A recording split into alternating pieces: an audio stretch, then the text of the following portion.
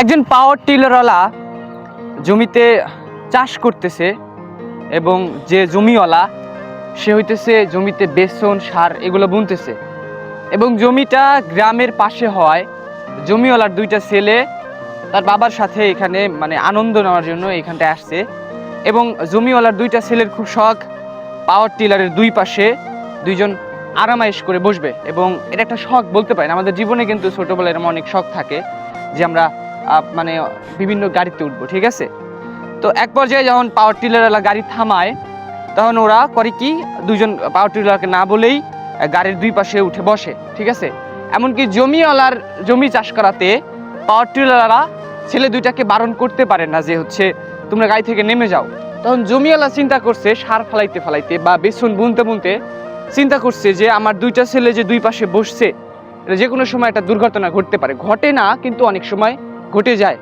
এবং জমিওয়ালা ছেলে দুইটাকে অনেক ভালোবাসার কারণে তাদেরকে এক সময় এসে নামাই দিতে চায়, কিন্তু ছেলে দুইটা নামবে না, মানে ওদেরকে অনেক বুঝায় যে এখান থেকে অনেক দুর্ঘটনা ঘটবে বা নেমে যাও, কিন্তু তারা নামতে চাচ্ছে না এবং তাদের চিন্তা যে ওরা গাড়িতে উঠবেই।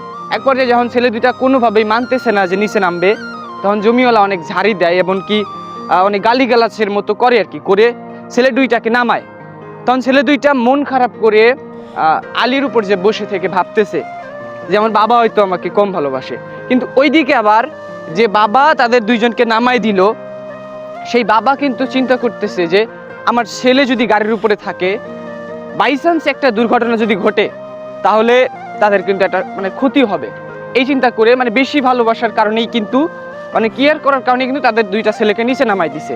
আর এই জায়গায় দুইটা ভেদাভেদ হয়েছে, আর ছেলে দুইটা রাগ করে বসে আছে যে বাবা আমাদের হয়তো ভালোবাসে না এবং বাবা কিন্তু তাদেরকে বেশি ভালোবাসে বিধায় তাদেরকে নামাই দিছে, ঠিক আছে।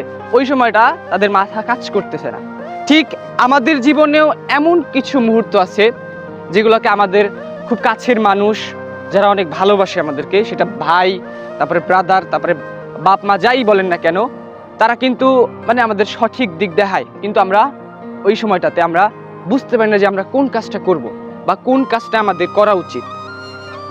তো এইরকম ভাবে আমাদের জীবনে একটা মানে মিস্টেক হয়ে থাকে। তো কিছু কিছু ক্ষেত্রে এরকম ভুল আছে, তো যেটা আমরা এই গল্প থেকে শিখতে পারি। তো এটাই।